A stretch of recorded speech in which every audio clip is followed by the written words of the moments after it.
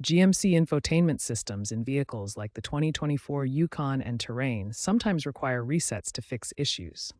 There are different types of resets, each for specific purposes. First is a reboot or soft reset.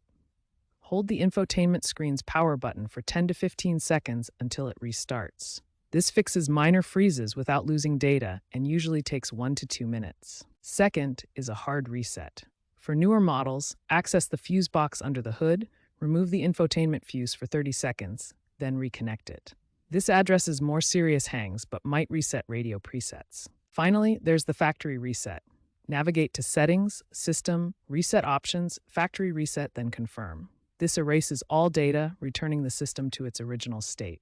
Use this for persistent issues and always back up data first. Remember, resets are usually a last resort after trying software updates. Improper resets can void warranties. Frozen screens often result from software conflicts or overheating. First, ensure your system has the latest software updates. Clear the cache and avoid multitasking, especially during navigation.